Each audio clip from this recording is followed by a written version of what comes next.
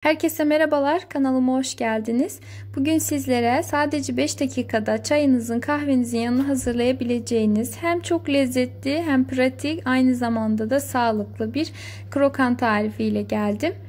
Hemen tarife geçelim. Öncelikle ben bu tarif için 1 su bardağı kadar kavrulmuş fındık kullandım. Ama sizler dilerseniz fıstık, ceviz, Hindistan cevizi, susam ne isterseniz kullanabilirsiniz. Çok fazla malzemeyi bir araya getirip o şekilde de yapabilirsiniz. Çok daha lezzetli olacaktır. Ben daha az malzemeyle sizlere nasıl yapıldığını göstermek istedim. Ve 1 çay bardağı kadar da susam kullandım. Uygun bir tavanın içerisine aldım. Şimdi orta ateşte güzelce kavuruyorum.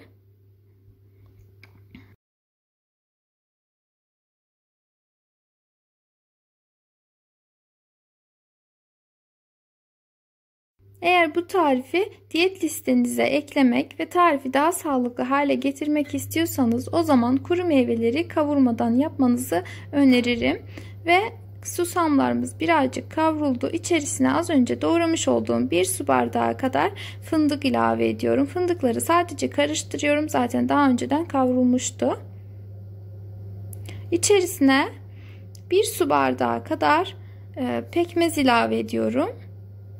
Bu arada benim kullandığım pekmez birazcık daha sıvıydı. Daha koyu bir pekmezle yaptığınızda, koyu kıvamlı bir pekmezle yaptığınızda çok daha çabuk kıvam alacaktır.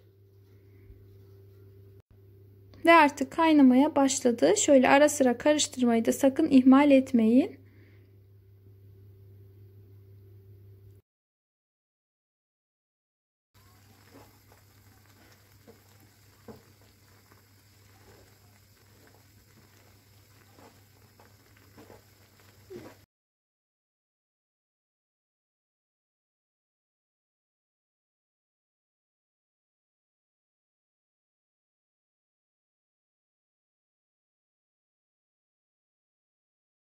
Ve birkaç dakika kaynadıktan sonra şöyle bir kıvam alacaktır. Kaşığı ileri geri ittirdiğinizde altında bir boşluk kalacaktır. Ve bu boşluk kalana kadar kaynatmaya devam ediyoruz. Ama kesinlikle yakmıyoruz. Dikkatli olalım. Sürekli karıştıralım. Kolay şekil alabilmesi için ben böyle bir tepsi tercih ettim. Onun üzerine bir yağlı fırın kağıdı serdim.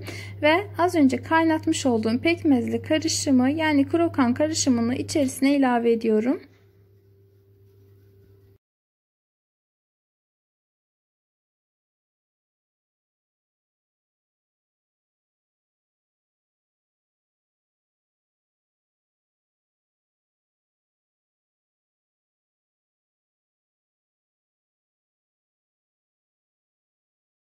Ve karışımı tepsinin içerisine güzelce yaydıktan sonra en az 10 dakika kadar sıcaklığının geçmesini bekliyorum. Birazcık soğumuş olan krokanı bir bıçak yardımıyla dilimliyorum. Siz arzu ettiğiniz şekilde doğrayabilirsiniz.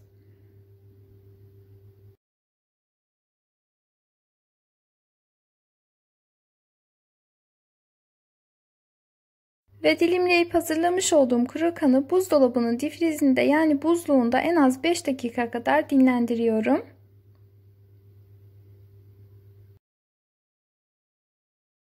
Ve difrizden almış olduğum krokanı servis için hazırlıyorum.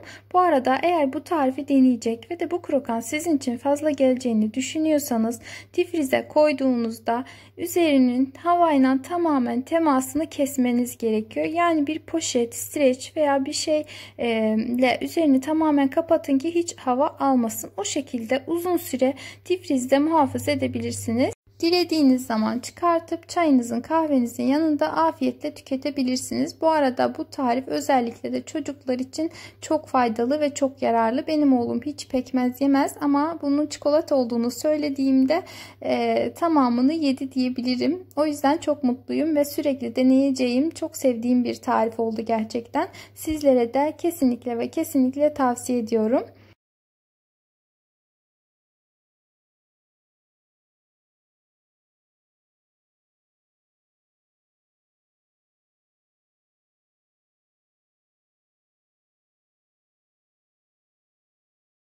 Ve sizler için şöyle bir de deneme yapmak istiyorum. Kesinlikle çok lezzetli, aynı zamanda sağlıklı ve de diğer krokan tariflerinde olduğu gibi sert değil, daha yumuşak bir dokuya sahip. Bu da benim için daha artı bir nokta.